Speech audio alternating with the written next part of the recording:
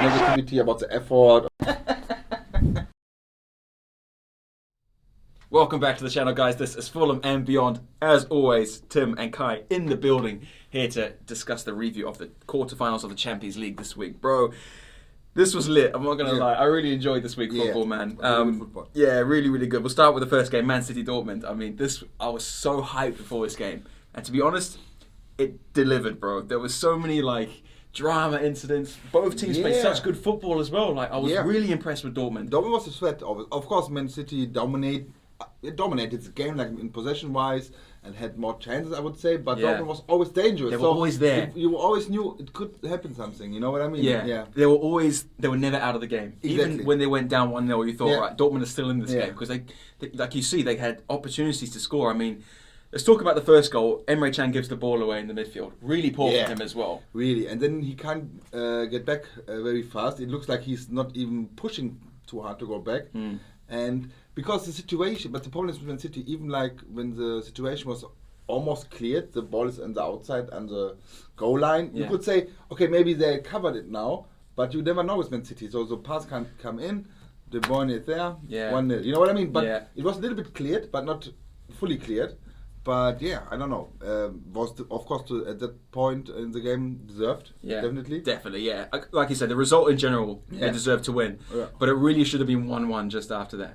I want to ask you about this Jude Bellingham goal. But first was the penalty first? Oh, of course, sorry. That was... what was going on Honestly. there? I mean, that was shocking. To be fair, okay, even if you see it when it happened, you didn't know what happened, actually. Because... he put his leg up, but not even on knee height.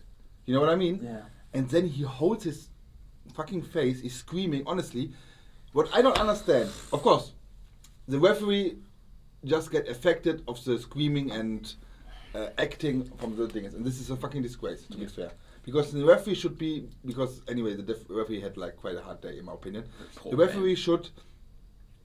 don't let affect his game from this kind of spectacle, basically. You know what I mean? And and of course everybody was complaining about it because how can you... And you have cameras and VR, how can you do that? What are you doing holding your face there? Yeah. Everyone can see you, bro. And to be honest, I can't understand why you didn't get a yellow card afterwards for flopping. Yeah. Why? Chan got a yellow card as well. Yeah. And it wasn't rescinded, but I think it was it was because of the complaining with the referee afterwards. Too much. A little bit too much. But he was right. It was definitely not a pen. Yeah, but when you give the can, you can't give it back. Yeah. Because it was about complaining. You know what I mean? Yeah. Of course, I understand, because at the beginning I was thinking why you don't get the yellow card back. Because normally you should have information on the TV screen or whatsoever. Because even the commentators on BT was like, what's happening now? You know? The yellow card. Yeah. And I don't understand it. I hate it when people do it. I know sometimes you want to help your team when you're struggling, but it was anyway still first half. Yeah, still so it was. As well. So it's not in crucial last minutes of the game or whatsoever. But even then, I get you want to help your team, but not like this. You destroy the sport with this, and then of course the referee makes a wrong decision. Yeah, and it blames everybody on the referee, but nobody blames the player for acting like this. Yeah.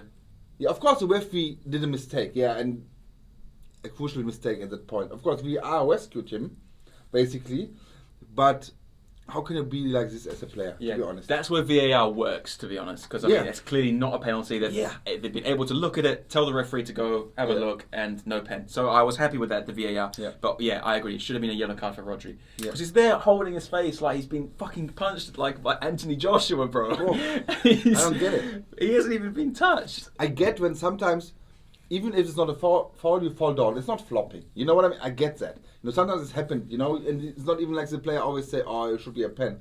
When they get a pen, of course, they don't complain about it, but not in situations like this. When you clearly see, with all the cameras we have in the stadium and VR, how can you do that? How stupid are you? Come on. You're just making yourself look like a pussy, mate, honestly. Yeah. Actually, honestly, I don't even know what to say.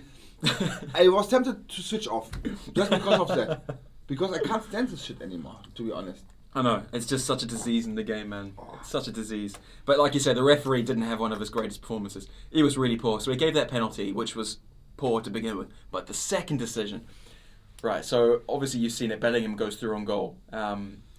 Clearly wins the ball. The boot is a little bit raised, but not enough to warrant a foul. No. But the thing is, before Bellingham puts the ball in the net, he blows the whistle. Yeah. So VAR can't intervene the decision. Yeah. If the referee waits, lets the ball go in, and then contacts VAR, if he disallows it, fine. Bad decision, but you can understand like they've had a look at it at least. Yeah. But this decision, blowing the whistle like that, completely erases The it. problem is, that's why VAR is there. To support the referee. Yeah. So it's not always that they take the decision away from him, that they want to blame him. It's just, we help you to make the right decision, and everybody on the pitch agrees basically with that decision. The problem is, he knows he has VAR. So, and it's clearly that Bellingham will put the ball in the net. So wait 2 seconds. Yeah, just wait. And then blow the whistle. Foul. And say it's foul. Yeah, and go to VAR. I don't get it. And the other thing is, because people say, okay, his boot was a little bit high, but when you look at it, he put it away, and then Ederson shoots, wanted to shoot, but the ball was not there anymore. And then Ederson hit his boot. Yeah. But he didn't. It's not like in a battle or whatsoever when like Bellingham puts a boot on top of the ball or whatsoever to press it or to challenge the opponent. He just wanted to put it a little bit away. Yeah. And then he does that, and Ederson just hit his boot. So it's never a foul. Yeah, man. Never. Really poor. Oh, it's never a foul.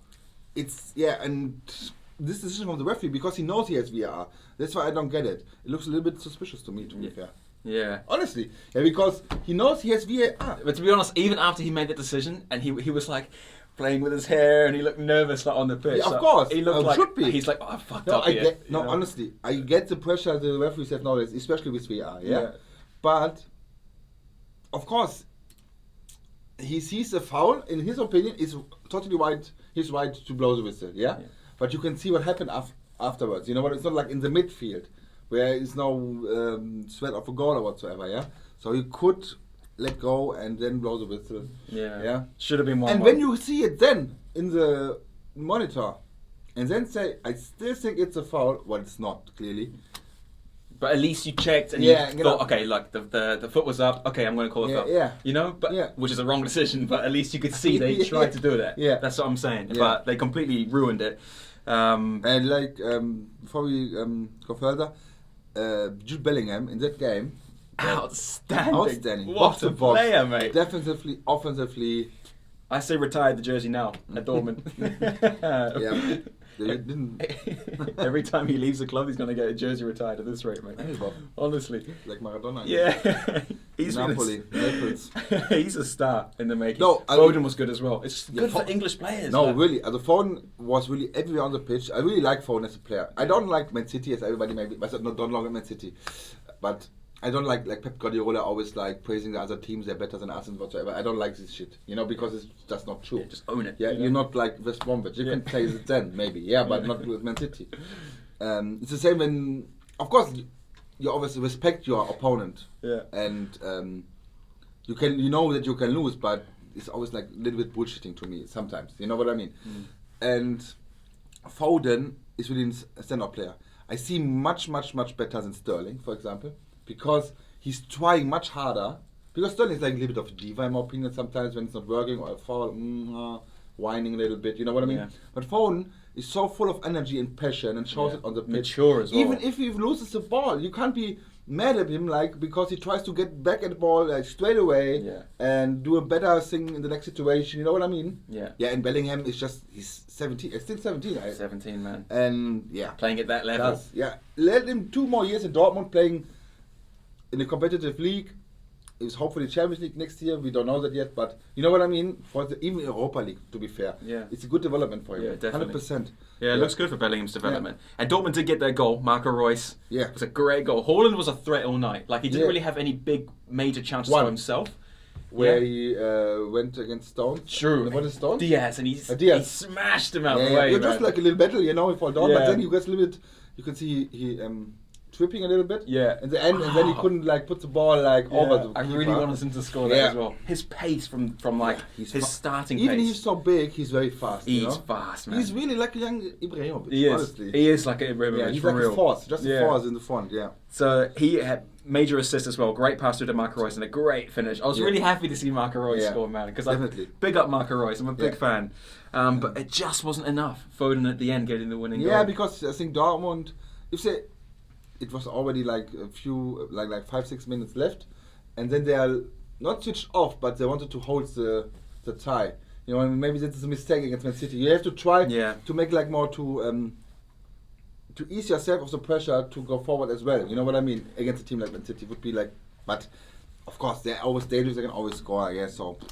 So 2-1 it was, but still a good result for Dortmund. Definitely away goal in the bag, and still they can win that game because they've got lots of offensive threat. It's not done for Man City. Yeah. And, Dortmund, even Haaland, maybe more motivation for the game. 1 goal is enough. Exactly. 1 goal is enough, man. And they can definitely do it, man. So wide open. And then also you had Real Madrid-Liverpool, which was... I would say Liverpool were quite poor in this game, to be honest, especially in the first half. Yeah. It was kind of flat. It was really un-Liverpool-like, and Real Madrid really took advantage of that with 2 goals like that. Vinicius, Asensio, poor defending for the first goal. Poor defending? Yeah. Or was it the pass too great? The ball comes over, but he's not even tracking the ball. He's just kind of, you can see him, he kind of loses the man. And then. But now we are talking about why he's not looking at the ball. Normally we're talking about why you're looking at the ball. Yeah, true. It's true. And now we're talking about Toni Kroos with a massive, beautiful... the pass was on point. Yeah, of course it was a great pass, man. It's your boy, Toni Kroos, mate, performing again. He had, I think, it's a random number. 150 passes, 149 over 1 meter. 1 pass. No, it was a great pass, but the finish was good as well because he had like the defenders in his back to make a goal. Was quite good. And then of course Liverpool, I don't know, it's just not working right now for them. Don't know what they're trying. It's not working. You know what I mean? Yeah. I don't know what it is. Of course they had an away goal. It's 3-1. That's crucial though. That away goal. That's big. Yeah, it's big. And to be fair. In Anfield, of course, they're not so good at home right now, but in Champions League it's a different game. And like I said, Madrid played very well. Asensio and Vinicius Junior surprised me because normally I don't see them at the top level. Yeah, and we don't know if they can do it again. But when Liverpool put their game on the pitch, put them under pressure, is still a lot of things possible for Liverpool in the second leg. Did you see Jurgen Klopp? He came out and said like, "Oh, at least we're going to play in a proper stadium this time because this is a training pitch." What a prick! Yeah, I saw that. But it's a stadio Alfredo Di Stefano, and he's a legend in Madrid or worldwide even. He wants to say something. I don't know what it is. He always comes up with an excuse. Anyway, it's not his excuse. He told as well they deserve to win. He said that, but. Of course, even I don't know how the pitch is there. Everybody says it's the same like in Stadio Bellemiro, but is it really? Because it's just a training pitch. I don't know, what it is. But of course, you have to play everywhere because there's no fans anyway. So I think it's even like a perfect moment for Madrid because they have like it's not even a training pitch. There is a little stadium. Yeah. You know, it's not like a completely training pitch because when Liverpool plays in Europe League and have to go to I don't know where, maybe there's not a different stadium. Yeah. You know what I mean? So should be no. I don't know, and no point to bring that out at all. But he's a little bit pissed. I get that, and then you just say things. So not looking I would into be the it. same, honestly. But the tie is open though. Even though it's 3-1, Liverpool, like you say, at home, a different animal in the Champions League. Yeah. But I think Real Madrid will score. That's why it's a bit. I can't see Real Madrid not scoring against that defensive partnership. You know, Liverpool always as well score 3 goals. Yeah.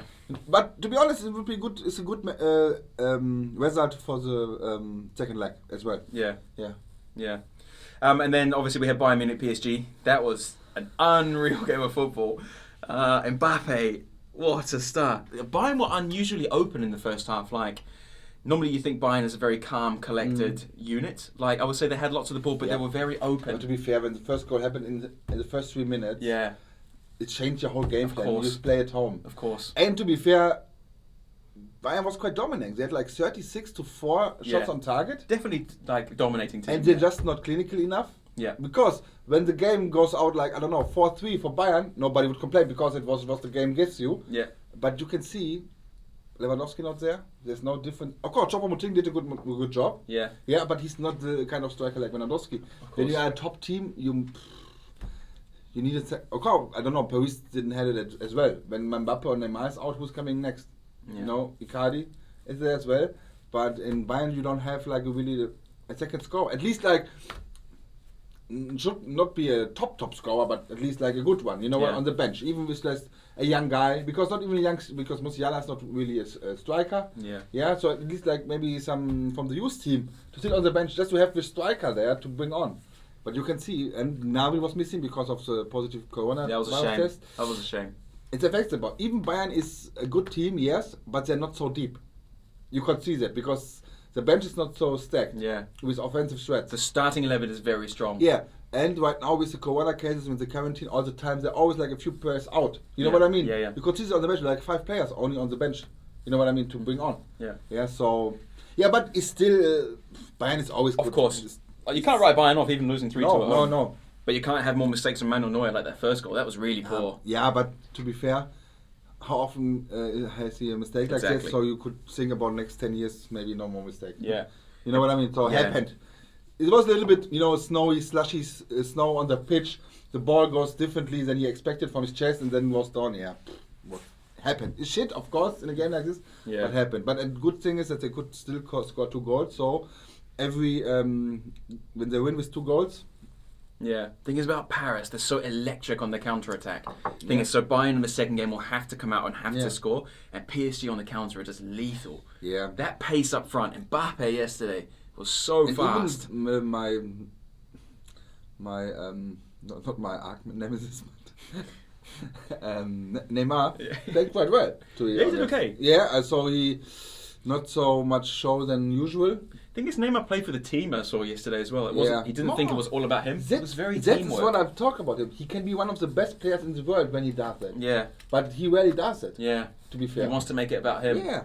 I think maybe he he changed a little bit. Yeah, probably. Yeah. I would be glad to see it because I love to see good football and I don't like the show and the falling down and the complaining all the time about everything. You know what I mean? Of course, when you get fouled, you can complain about it, but sometimes it's a little bit too much. It's a little bit over the top, you know what I mean? Yeah, I agree. I think Neymar's realised now Mbappe is the key to winning this Champions League with PSG. So he's playing more to Mbappe's strengths. And he that doesn't take any way away from him. He has to realise this. Yeah. Because in my opinion, he's still he's not so much sure in his head, in my opinion, I think. Yeah? What I can see or in the media and whatsoever, yeah? But, yeah, definitely they can win the Champions League. But I still think it's a good opportunity for Bayern Munich. I think Lewandowski will be back. If not, it would be hard. Yeah.